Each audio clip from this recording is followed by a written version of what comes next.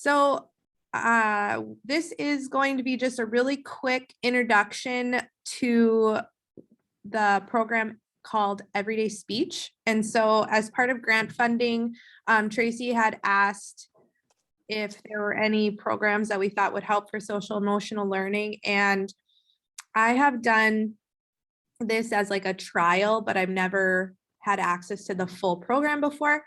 And so we purchased one license, and so I have been using it, and I think it's a game changer in terms of really quick access to quality materials that are engaging for our learners at every level. Okay, so today is the navigation day, and then tomorrow or on Thursday is the application day. Okay, so as much as you're probably going to want to ask, like, well, what can we do for this? What can we do for this? That's on Thursday. Okay, so to start out, I'm going to share my screen. Okay, so this is, if you look up here, here is the website, slp.everydayspeech.com/login. Some of you have emailed me and said, can I get the login information and just what, and like be able to access and look around or whatever. I will give it to you once you complete the training. Okay, because there are certain parts of this that I don't want you just going and clicking unless you know what you're doing. Okay, so you guys will all, I will send you the login in the chat at when we're done here. Okay, so here is the home page, and you will see across the top here, it has My Classroom, full curriculum, browse all materials, and search. Okay. The first part we're going to go into is the My Classroom. It has 3 drop downs, and we are going to just go to My Student and Groups first. So Katie Sather has let me be her guinea pig for some of her students that she may be using this for. So you can add individual students by clicking add new student profile, putting their name in, and being done. Then they would come up on this left-hand column. You can also add in a group, which would be like maybe 6th period daily living or 2nd grade social group. Okay, whatever it is. So if we wanted to add a group, okay, test group, you could add, Katie is going to be in our test group. So here's my new group. If we want to be, we can decide, but if we want to be HIPAA, more HIPAA, we can make these coded names or whatever, but we'd all probably have to code them in a school and code, but that's down the line. Okay. So the nice thing here is, so if I wanted to, I'd go in here and you can see, obviously this group has had no history, but this we will come back to this part in a little bit. So if we go back, if we go up here to my homework assignments, okay, this is where you can share links. The nice thing about this program is there's no app to download. The kids do not have to make an individualized account. Everything can be sent through a link, and they can open that without any logging into anything. Okay, this is like if you wanted to send something through Canvas, this is what it's made for. you could just put the link up there, they'd click on it, boom, they'd have access. And I will show you how to do that when we get to adding. Jaden, bring us to the junior math, please. Okay. Then my saved lists. So like I have a little guy named Ryan. He's doing some lessons and I want to make sure that I am making sure I'm hitting all the lessons I want for him. So I have added these lessons to his personal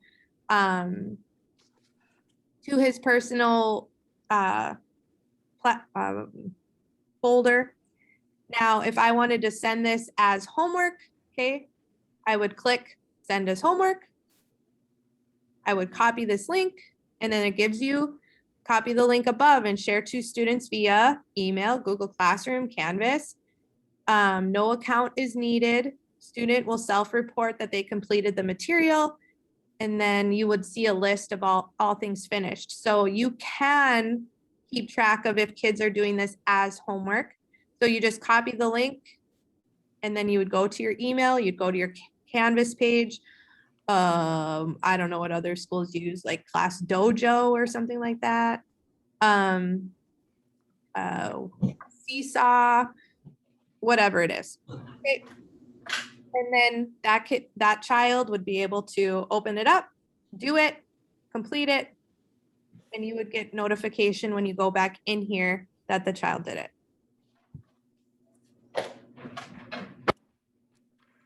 So then if we go to full curriculum, here are all of the domain areas. So we have mindfulness, emotional recognition, self-regulation, behaviors, play skills, school rules, perspective taking, basic conversation skills, conversation topics, advanced conversation skills, nonverbal communication, situational awareness, problem solving, friendship, self-esteem, hygiene, and boom, COVID-19 materials. Okay. So throughout all of this, okay, here is the scope and sequence of, I'm going to stop sharing just so I can quick show you guys the scope and sequence quick.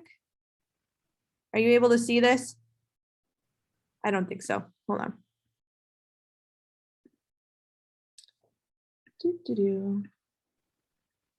So here's the scope and sequence. And so basically it's all of those domains that I just said are on the left. And then it gives you like the goals. But then on top of that, once you would click into that, which you will see, then it gives you objectives under each goal. Okay. So I like this just because it gives you an outline. And then if you're like, ooh, what my kid's looking for, would we be on basic conversational skills or advanced conversational skills? And so it would give you a little bit more idea of what that would be. So for example, if we wanted to go under self-regulation, I think all of us have done something along that line at one point in time. Then it goes and gives you the goals. Do they need help keeping an open mind? Do they need help staying calm? Do they need help with their self-control or switching tracks, like handling change? Okay, so let's just say we want all of it. So let's start with number 1, keeping an open mind. So we click that. Here's the nice part is they give you, okay, this one is meant for elementary age students. Okay, but if we go back, for example, if we went to behaviors and we went to keeping your hands to yourself, okay, again, that's showing elementary age, but if we went to ignoring other people's behavior, oh, okay, I'm striking out on trying to find you one that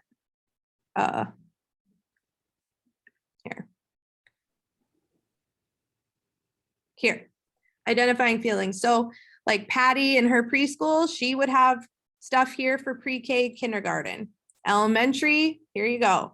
Middle school, high school, here you go. And so it's delineated by age particularly, but also you might have middle and high school students that are functioning at an elementary level or a kindergarten pre-K level. So the vocabulary is going to be a lot simpler. There's probably going to be more visuals. The ideas are not going to be so abstract. And so you can kind of pick and choose based on where your kid is at cognitively.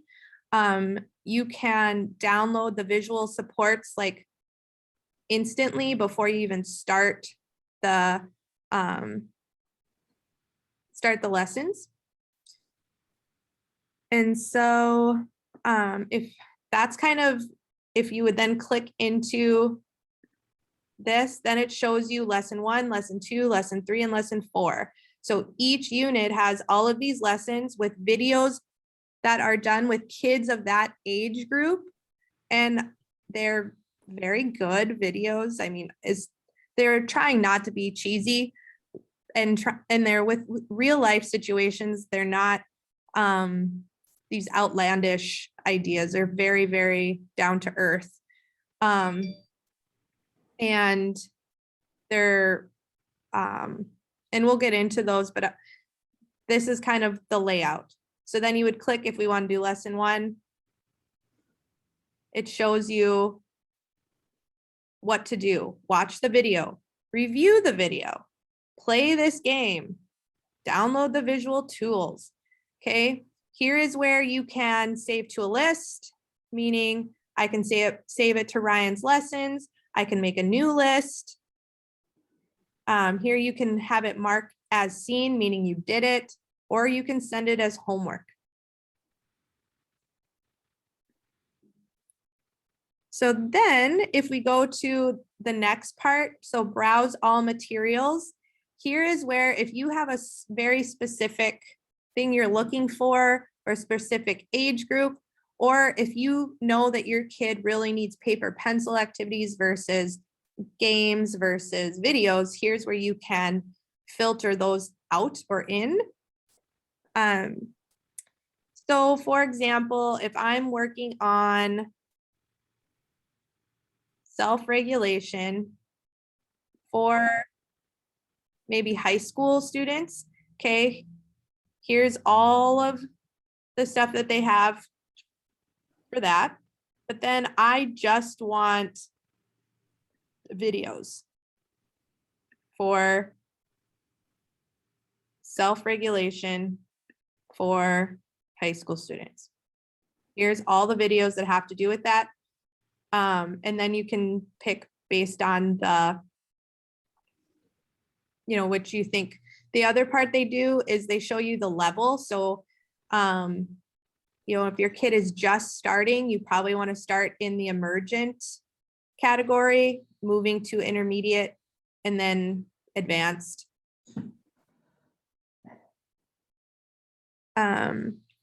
The other part is, so there are games. They're pretty enticing. And then this EDS world is like basically an avatar. You can create your own avatar. You can navigate through this little tiny town, and there's all these different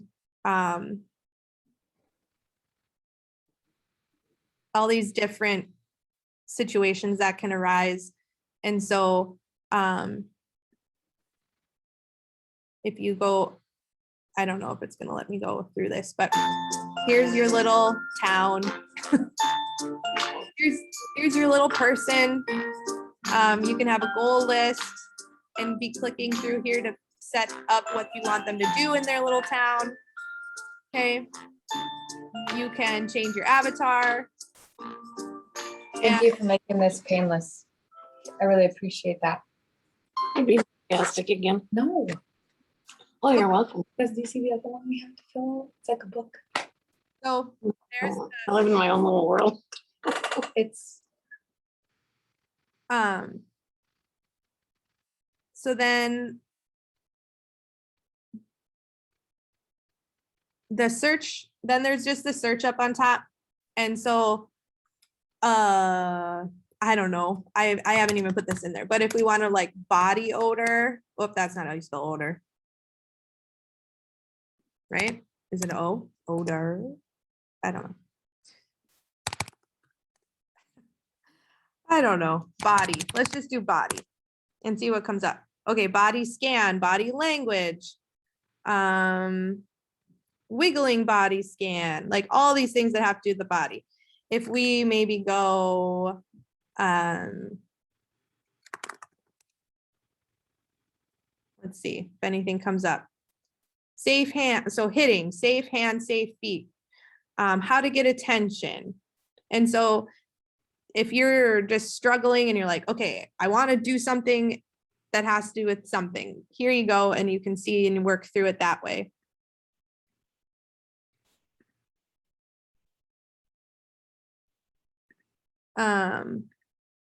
So I'm looking at the time here.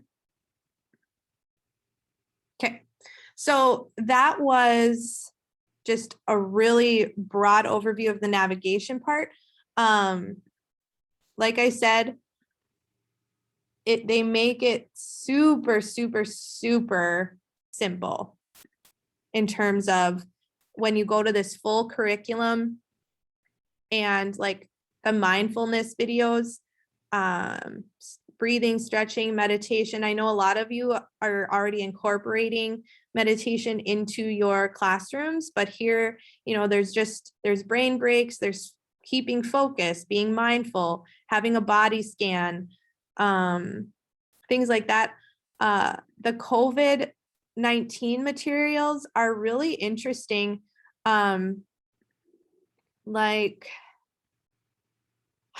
the do's and don'ts of Zoom, hygiene trackers, preparing to return to school. If you have some kids who, you know, are really struggling coming back,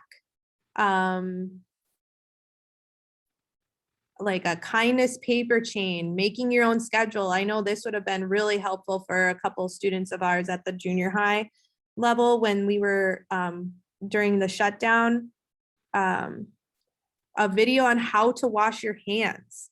Like, these are just like, oh, I don't have to make it. How to use I feel statements with your family. And yeah, so anyways, all of these, you know, depending on your kids. So basically, first, I guess, if there's questions, I can ask questions about the navigation piece. If not, kind of thinking towards on Thursday, I'd want you guys to kind of come with a student in mind, a goal in mind, an objective in mind, or, you know, if you have questions on how to implement this or whatever, my plan for Thursday would be like, I show you how I use it currently, but that's not to mean that it couldn't be utilized differently. A classroom versus one-on-one setting, that kind of thing. But basically what I really wanted to show you is how quick you could have a lesson ready. About 10 minutes, if you know what you're working on. And the companion papers are really user-friendly, and provide a lot of great stepping off points for conversation. And for our kids that maybe don't have conversations really well in terms of like discussion, it really provides like step-by-step of, okay, let's keep this conversation going, and you answer the question and then you could pair share, something like that with a partner or whatever. So, all right, so I'm going to stop talking because now I have the last 10 minutes. If anybody has questions about the navigation piece, go ahead.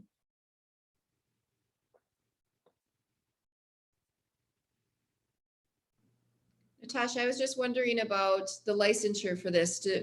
I mean, if we're attending this, do we automatically, Yep, so if for us to?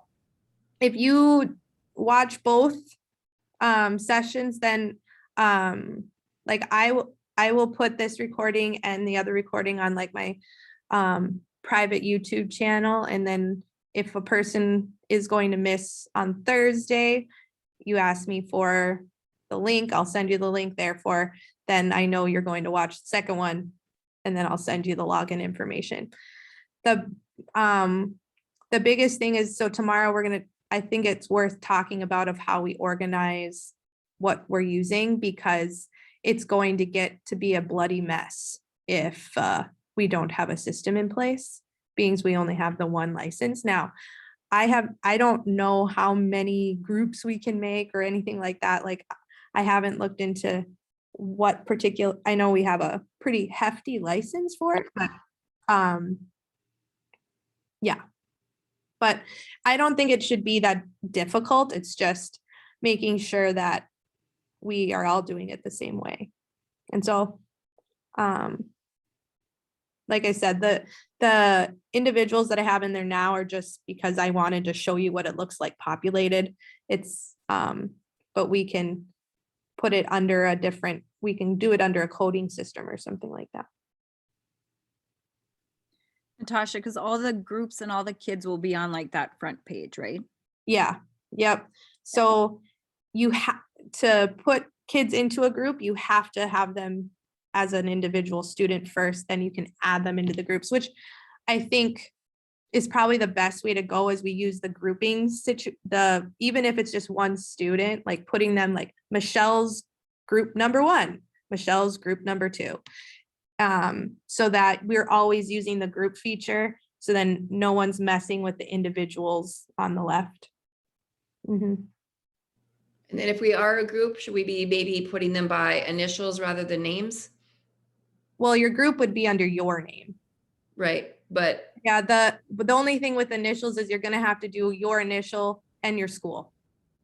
I just meant for confidentiality reasons, if you want us using a Yep, coded. the coding system, like first, last, initial, but then dash school name, because you're gonna inevitably have another student that has the same one. So if it was Jane Doe at Oaks, it would be JD dash Oaks for their student name or whatever. Trying to think of any other navigation pieces. I haven't pulled this up on an iPad yet. I've just been using it off of my computer. It will work on an iPad. Like it's not an app. I guess I haven't checked if it's an app, but you can use it on your browser.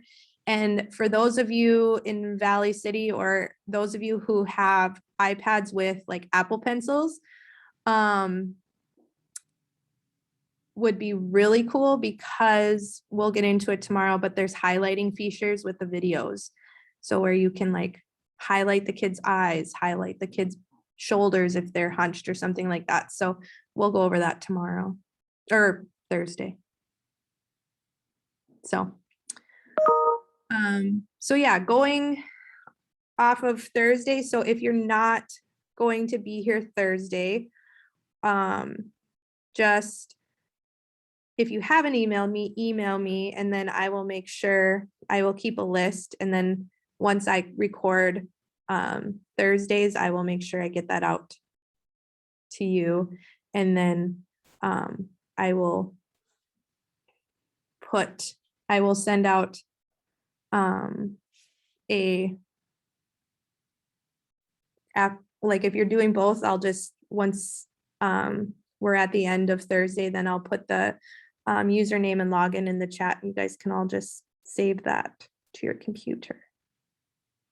So I guess the one last thing I want to say about it is the reason I'm kind of being a stickler about it, I guess, is I really wanted people to see this because we spent money on it, and I know a lot of us are really, really nervous about trying something new and screwing it up.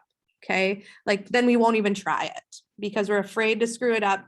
And as you can see, it's very easy to navigate and very easy to like add the student, add the group, add them to the group. And so hopefully if we can show that we are using it a lot and utilizing it a lot, then, you know, maybe we could have 2 licenses or something for coming up or whatever, but have to see if we're gonna have enough utilization of it as well. But, all right, well, I got about 5 minutes. Are there any other questions on that part? All right, so for Thursday, have a student in mind, have a goal in mind. So we will basically just like we'll find the goal, find the materials, you'll get to see it, experience it as a student would, and ask your questions from there. Yeah. And if you want to, I will check into what it looks like on an iPad before Thursday so that I can kind of give you guys that idea too. All right, well, feel free to stay on if you have questions. I'm going to stop recording and then